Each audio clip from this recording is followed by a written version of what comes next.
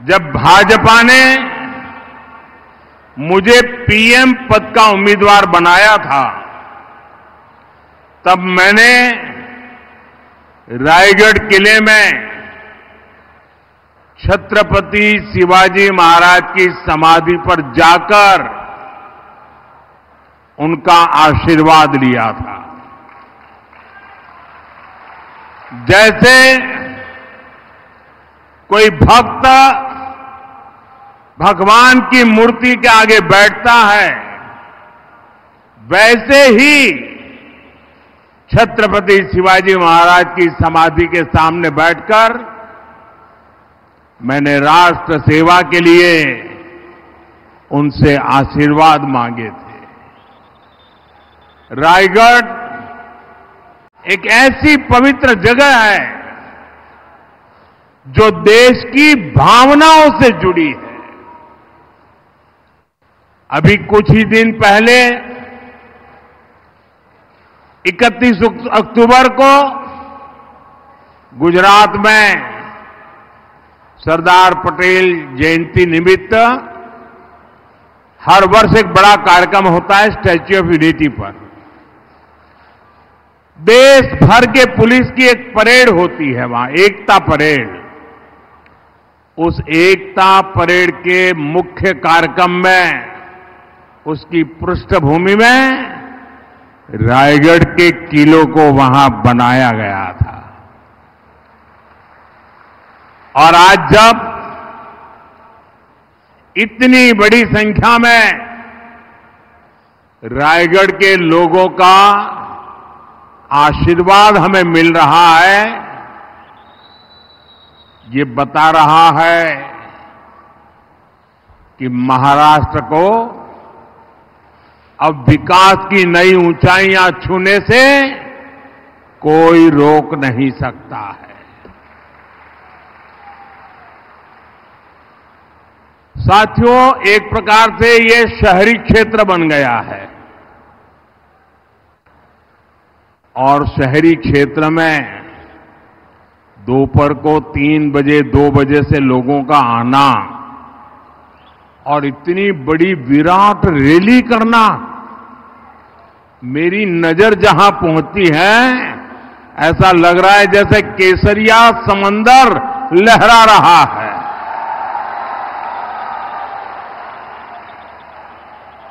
ये दृश्य अपने आप में 23 तारीख को नतीजे क्या आने वाले हैं, इसकी गारंटी यहां दिखाई दे रही है।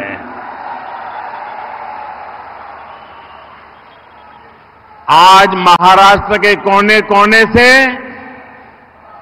एक ही आवाज आ रही है, भाजपा महायुती आए तर गती आहे, महाराष्ट्राची प्रगति आहे। साथियों, आज क्रांति गुरु लहूजी वस्ताद साल्वे जी की जन्म जयंती भी है। मैं उनको भी नमन करता हूं। आज इस अवसर पर मैं महाराष्ट्र के सपूत लोक नेता दीबा पाटिल जी को भी श्रद्धांजलि देता हूं। उनका त्याग और बलिदान, उनका परिश्रम हमें महाराष्ट्र के संकल्पों को पूरा करने के लिए नित नई ऊर्जा देता है। साथियों, छत्रपति शिवाजी महाराज ने हमें स्वराज की शपथ दिलाई थी।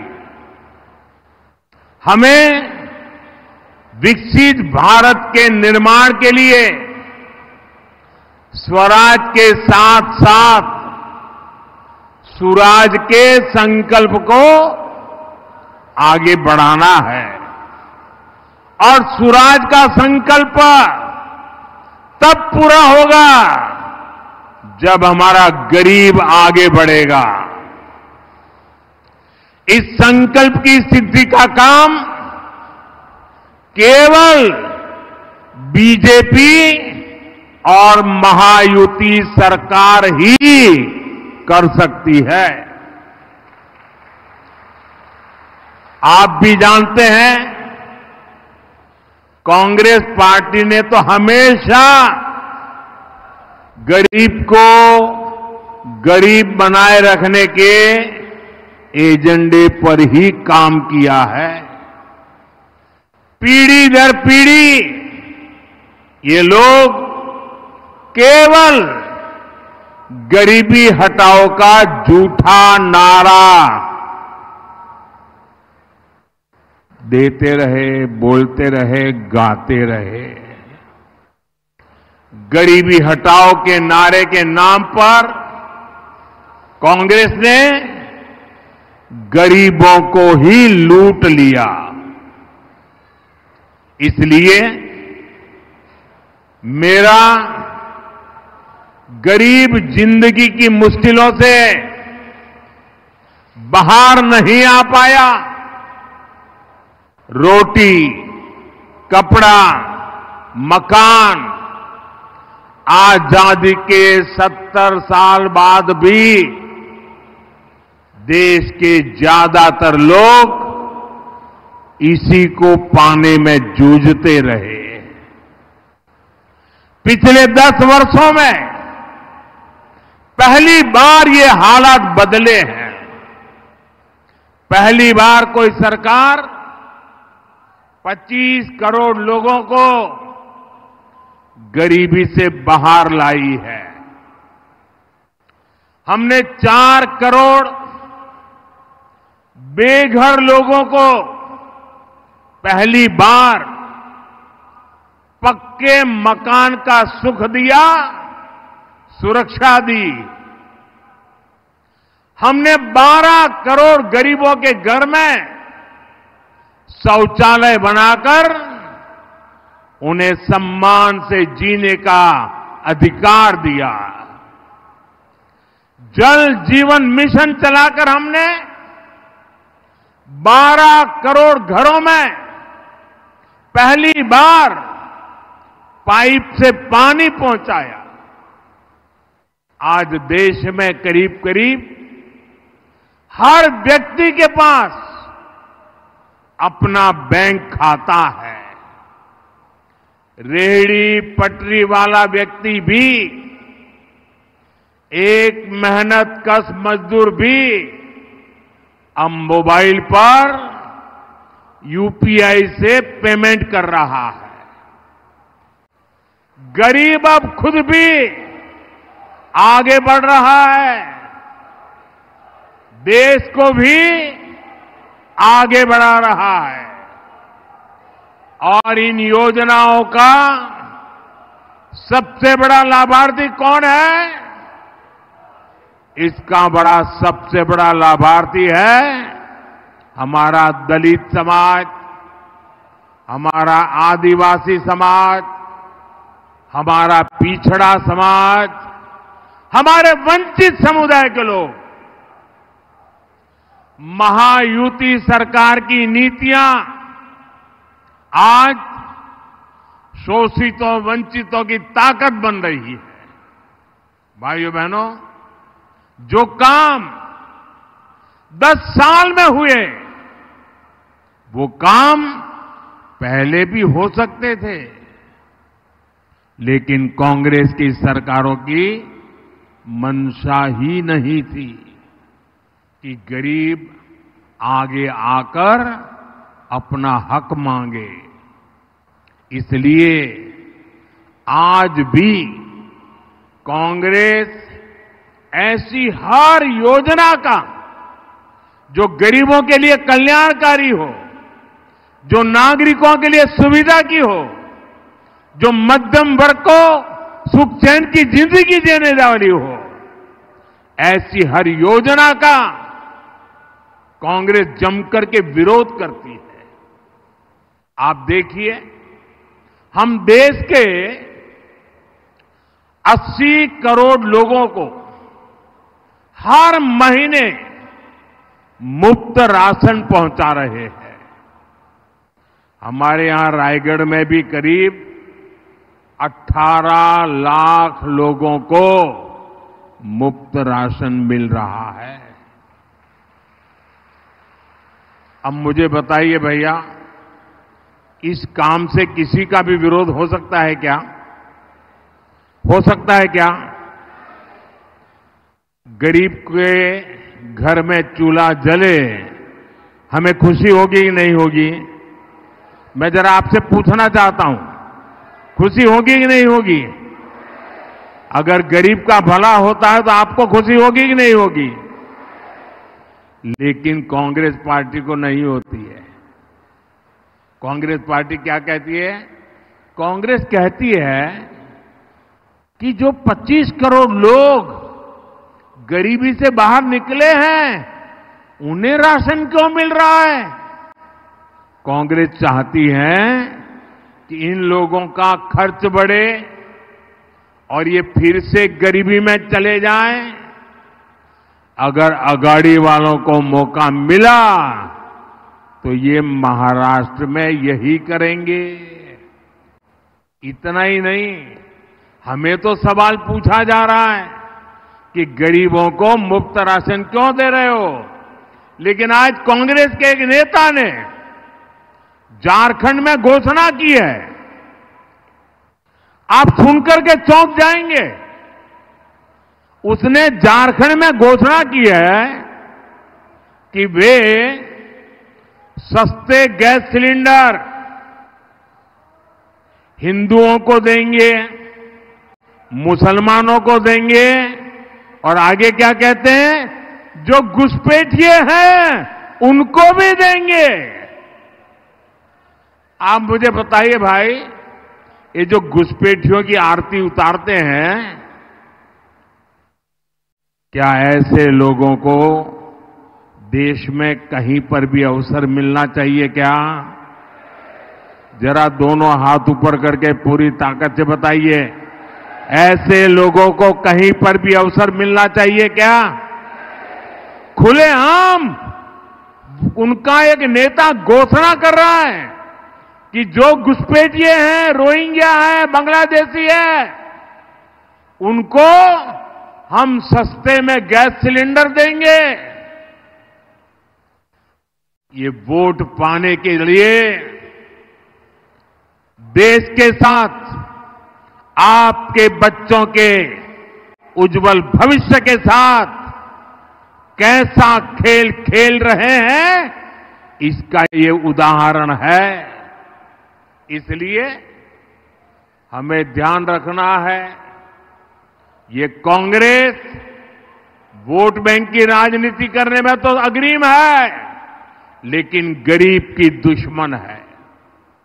इसलिए कांग्रेस को रोकने की बड़ी जिम्मेदारी भी मेरे गरीब भाई बहनों की भी है। साथियों, बीजेपी और महायुति सरकार के लिए महाराष्ट्र का विकास ही पहली प्राथमिकता है। हम महाराष्ट्र के उज्जवल भविष्य का लक्ष्य लेकर काम कर रहे हैं। साथियों, पिछली सरकारों ने जो काम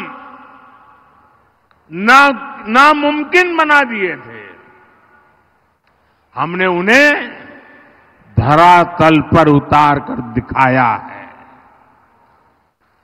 मुंबई में अटल सेतु बना, अटल सेतु से रायगढ़ भी नई संभावनाओं से जुड़ गया। अब रायगढ़ से मुंबई जाना पहले से कहीं आसान हो गया है।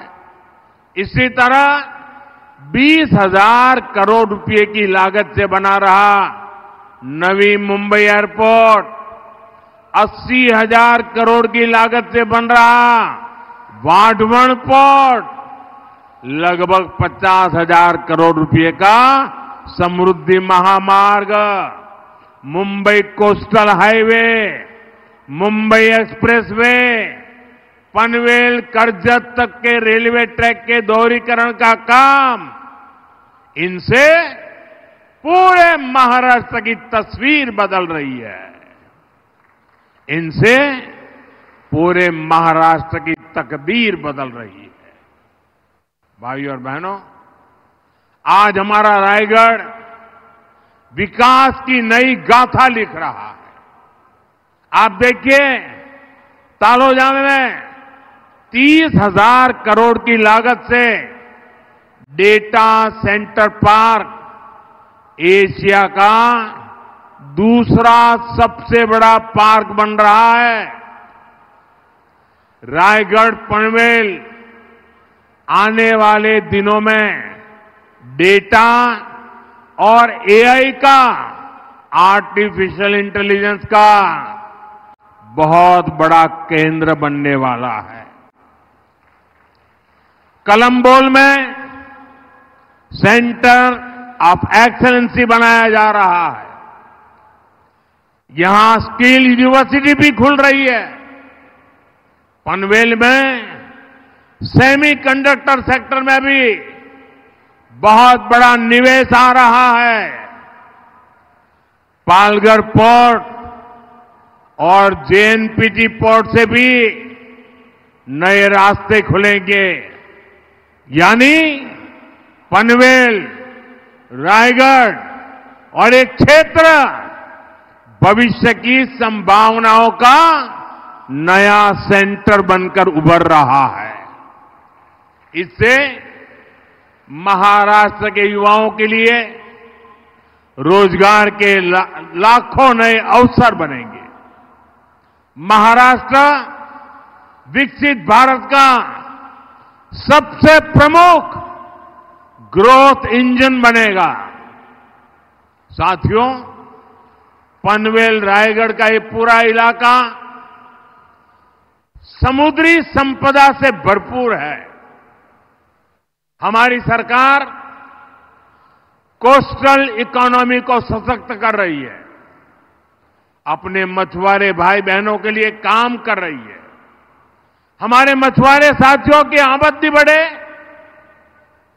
उन्हें समुद्र में कम से कम मुश्किलें हो, इसके लिए आधुनिक बोट से लेकर आधुनिक नेविगेशन तक की व्यवस्था की गई है।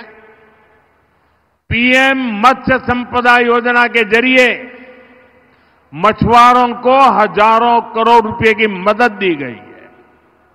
हमने मछली पालकों को किसान क्रेडिट कार्ड से जोड़ा है। प्रदेश की महायुति सरकार भी महादेव, कोली और आगरी समाज के लिए कई योजनाएं चला रही है। लगभग 450 करोड़ रुपए की लागत से कोंकण में 3 नए बंदरगाह भी बनाए जा रहे हैं।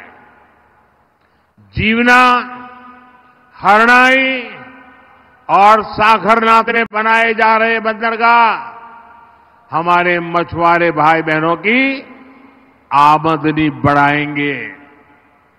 इन सारे प्रयासों से ब्लू इकोनॉमी को भी बढ़ावा मिलेगा। साथियों, आज हमारा भारत हर क्षेत्र में प्रगति के नए रिकॉर्ड बना रहा है, क्योंकि आज देश में महिलाओं को आगे बढ़ाने वाली सरकार महिलाओं के सशक्तिकरण के लिए काम कर रही है। हमारी सरकार ने गरीबों को घर देने के लिए पीएम आवास योजना शुरू की। हमने तय किया कि इस योजना के तहत मिलने वाले घरों की रजिस्ट्री घर की महिलाओं के नाम भी होगी। हमने देश भर में शौचालय बनवाए। ये कांग्रेस वाले उसका मजाक उड़ाते थे, लेकिन आज वही शौचालय करोड़ों माताओं बहनों के लिए इज्जत घर का काम कर रहा है और उत्तर प्रदेश में तो उसको इज्जत घर के नाम से जाना जाता है।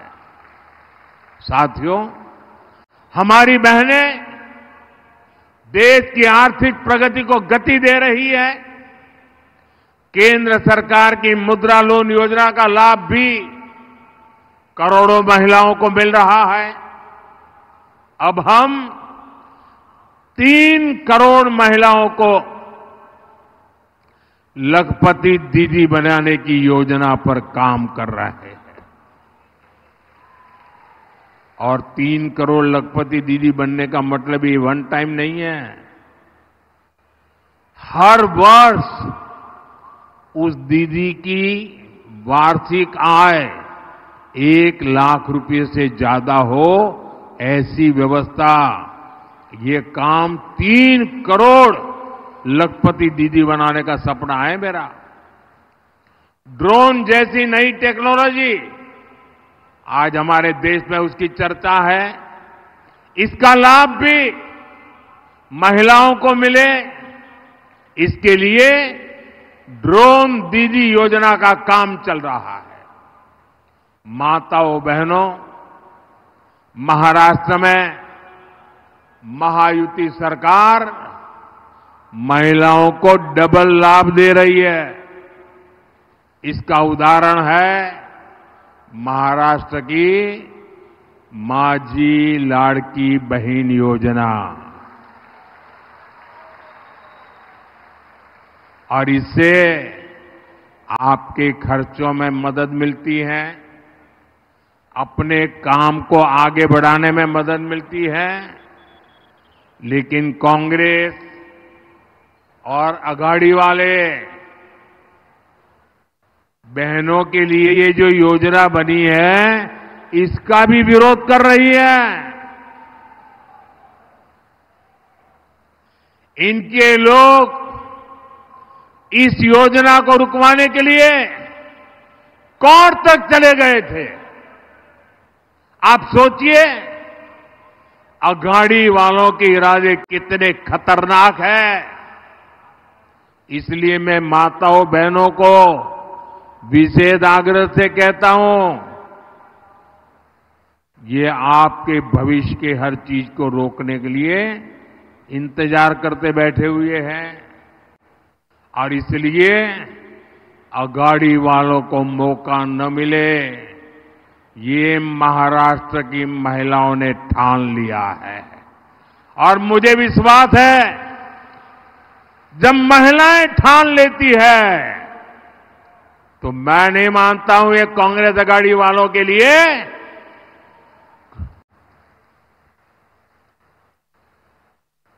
किसी के दरवाजे तक पहुंचने की हिम्मत रहेगी। साथियों, देश अब कांग्रेस की सच्चाई को भली भांति जान चुका है।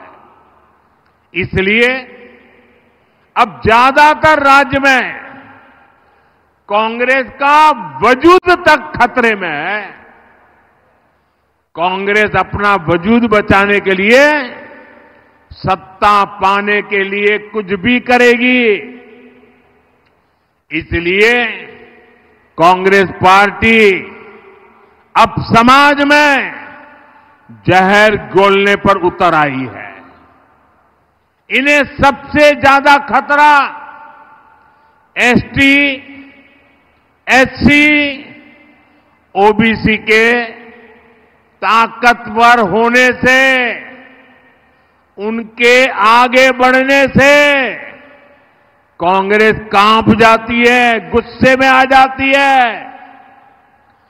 कांग्रेस की मंशा है दलित, आदिवासी, पिछड़ा, जो आज उसकी एक पहचान बनी है, संगठित ताकत बनी है, वो जातियों में बिखर जाए, जाति जाति के बीच टक्कर शुरू हो जाए और ओबीसी कमजोर हो जाए, एसटी कमजोर हो जाए, एससी कमजोर हो जाए और कांग्रेस फिर से पुराने जमाने की तरह अपनी जड़ें जमा ले।